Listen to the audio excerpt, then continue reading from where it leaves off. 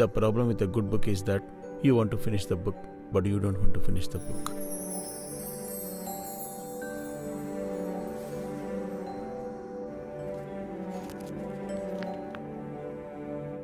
ఈ కథలోని పాత్రలు సన్నివేశాలు కేవలం కల్పితాలు, ఎవరినీ ఉద్దేశించినవి కావు. ప్రాణాలతో ఉన్నవారికో లేక చనిపోయిన వారికో దీని గురించి తెలిస్తే చదవటం మానేయాలి.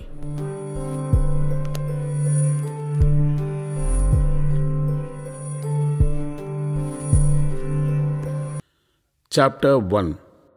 మీరు నన్ను జాన్ రేయాన్ అని పిలవచ్చు, కానీ ఇది నా నిజమైన పేరు కాదు. నేను ఎప్పుడో చదివిన పుస్తకంలోని ఒక కథానాయకుడి పేరు మాత్రమే. ఆ పుస్తకంలో ఉన్న కథ కంటే కూడా నన్ను బాగా ఆకర్షించింది ఈ పేరు మాత్రమే, జాన్ రేయాన్. మాలో బయటికి చెప్పుకోలేనటువంటి ఒక అనుబంధం ఉన్నట్టు నాకు అనిపిస్తోంది. మా చిన్న వయసులోనే మేమిద్దరం తల్లిదండ్రులను కోల్పోయాం. బొమ్మలు గీయటం అంటే మా ఇద్దరికీ ఎంతో ఇష్టం. ఒకవేళ ఆ పుస్తకం అయి ఉంటుంది నేను ఇది రాయడానికి మోటివేషన్. నా ప్రేయస్కి ఇవ్వడానికి ఇంతకు మించిన బహుమతి ఈ ప్రపంచంలో ఇంకేదీ ఉండదు. కావాలంటే మీకు బాగా పరిచయం ఉన్న వ్యక్తిలాగా నన్ను ఊహించుకోండి, లేదంటే మీకు ఇష్టమైన వ్యక్తిలా అనుకోండి. అది కాదనుకుంటే నన్ను మీరుగా ఊహించుకోండి. నాకు చాలామంది స్నేహితులున్నారు, కానీ నేను ఎక్కువ శాతం ఒంటరిగానే గడిపాను. నాన్న ఒక అకౌంటెంట్ అయినందువల్ల ఆయన జీవితం మొత్తం లెక్కలతోనే గడిచిపోయింది. అమ్మకి ప్రేమించటం మాత్రమే తెలుసు. నేను నాన్నలాగానే అవుతానని ఆయన కలలు కన్నారు, కానీ నాకు నచ్చిందంతా బొమ్మలు గీయటమే. నేనెప్పుడు నా జీవితంలో వాళ్ళిద్దరి ప్రెజెన్స్ కోసం ఎదురు చూశాను.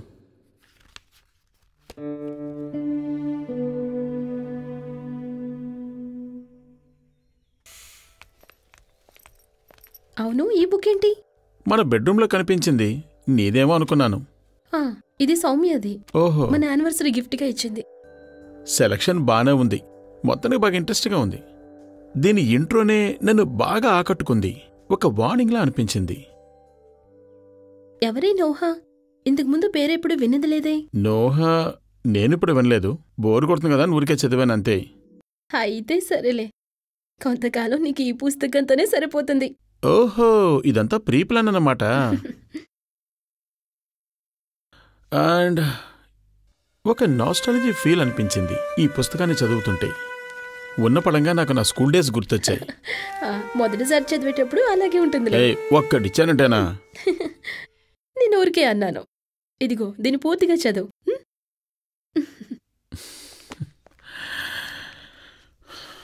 బొమ్మలు గీయటంలో ఉన్న ఇంట్రెస్ట్ నన్ను ఒక ఫోటోగ్రాఫర్గా మార్చింది.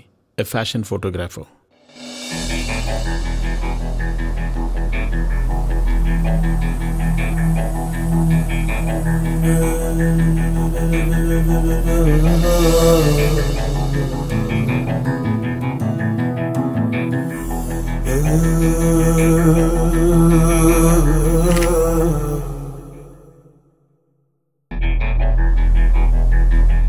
నేను నా ఉద్యోగాన్ని ఎంతో ఇష్టపడి చేశాను ఆ క్షణం వరకు. కానీ ఉన్నట్టుండి ఎన్నో మార్పులొచ్చాయి.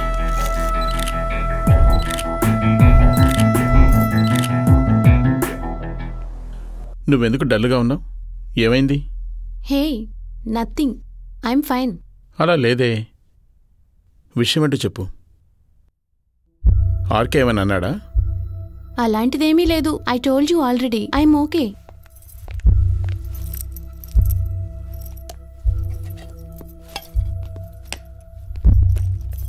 నువ్వు టెన్షన్లో ఉన్నావు నేను చూస్తుంటేనే అర్థమవుతోంది.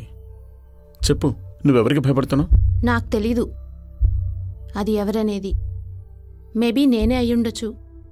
నేనిప్పుడు చెప్పబోయే విషయాన్ని నువ్వెంతవరకు అర్థం చేసుకుంటావో నాకు తెలీదు. చాలా రోజులుగా నన్ను ఇబ్బంది పెడుతున్న విషయం అది. ఎక్కడికి వెళ్ళినా నన్ను వెంటాడుతున్న విషయం. అది నా వెనకాలే వస్తుంది. ఏంటది? 23. ఏమంటున్నావు? ఇది అంత త్వరగా ఎవరికీ అర్థం కాదు, but I can feel it. It's everywhere. అది నన్ను వెంటాడుతూనే ఉంది. డేట్స్, టైం, పుస్తకంలో పేజీ, హౌస్ నంబర్. దాని గుప్పిటి నుండి మనం తప్పించుకోవడం కుదరదు. చివరగా దాన్ని నా పేర్లోనూ కనుక్కున్నాను. See this. Z is 26. A is 1. R 18. A 1. Total 46. Which means 23 plus 23. నీకు తెలుసా, టుడే ఈజ్ మై బర్త్డే. ఇవాళ్టితో నాకు 23 ఏళ్ళు వచ్చాయి. ఈరోజు తప్పించుకోవటం జరగని పని. ఏంటి పిచ్చిదానిలో మాట్లాడుతున్నావు? వెంటనే వెళ్ళి ఒక డాక్టర్ని కలువు. అందుకే నేను మొదట్లోనే చెప్పాను, ఇది నీకు అర్థమయ్యే విషయం కాదని.